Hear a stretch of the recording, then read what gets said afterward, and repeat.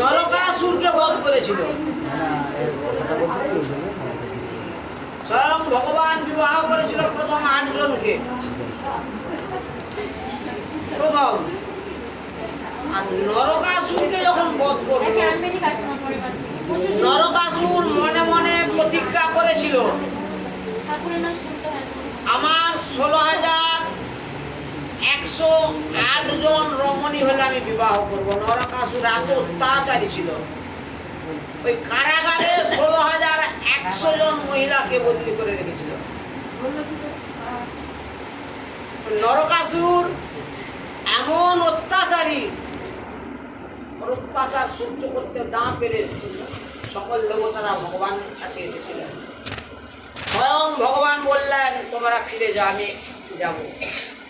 যখন নরকাসুরকে বধ করলো ভগবান, ওই কারাগারের এই যে 108 জন সব রাজাদের কন্যা, সকলকে যখন মুক্তি করে দিল, কারাগার খুলে দিল, সকলে ভগবানের কাছে নিবেদন করেছিল, তোমাকে আমরা স্বামী রূপে পেতে চাই।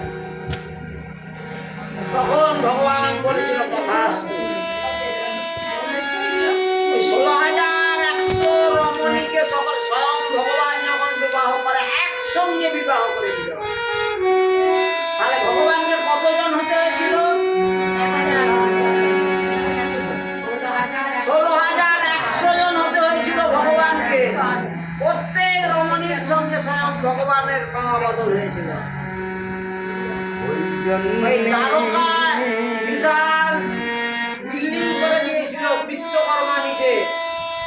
16,108টা রূপ, 16,108 রমণী থাকে। নারদ মুনি মনে মনে ভাবছে,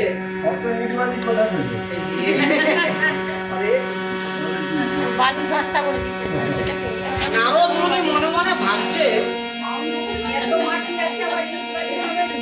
ভগবানের এত তো রমণী, আমাকে একটা রমণী দান করবে না আমাকে সেবা করার জন্য, আমার দাসী রূপে থাকবে?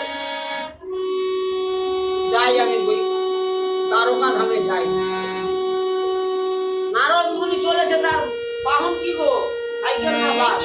ও ঢেকি। আরে ঢেকিতে করে যাচ্ছে নারদ। যখন এই দ্বারকায় গিয়ে পৌঁছালেন, প্রথম এই যখন ঢুকেছে, দেখতে স্বয়ং ভগবান কৃষ্ণ বসে আছে।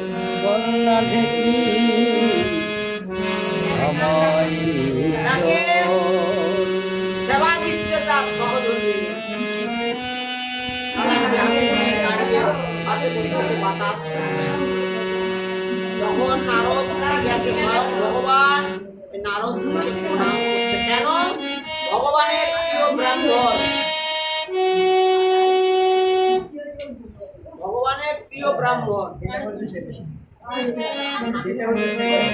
নারদ মুনি মনে মনে ভাবছে, পরের রূপে গিয়ে দেখছে স্বয়ং ভগবান বসে আছে, তার সঙ্গে তার এক স্ত্রী গল্প করছে। নারদ মুনি মনে মনে ভাবছে, কি হলো? ওইখানে তো দেখলাম ওই রূপে, এখানে কি করে এলো? তাহলে কি দরজার কাছে না কাটা আছে? পরের রুমে গিয়ে দেখছে সখাদের সঙ্গে বসে আছে। আবার পরের রুমে গেছে, সেইখানে ভগবান শুয়ে আছে, একজন তার পদ সেবা করছে, পদমর্দন। পাশের রুমে গেছে, সেখানে গিয়ে দেখছে দাবা খেলছে। নারদ মুনি এই করতে করতে 16,108টি রুম প্রত্যেকটি ঘুরে ফেলে লাস্টে হাঁপিয়ে গেছে নারদ মুনি। তখন ভগবান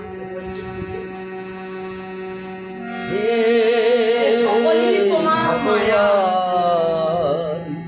আমি জানতে পারিনি যে মায়ার দ্বারা তখন স্বয়ং ভগবান বলতে, তো মায়া জানো,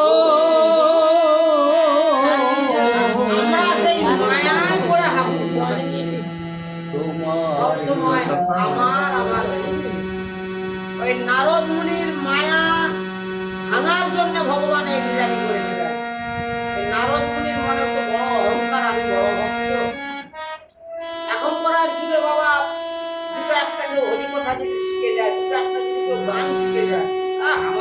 গ্রাহক আর কেউ আছে?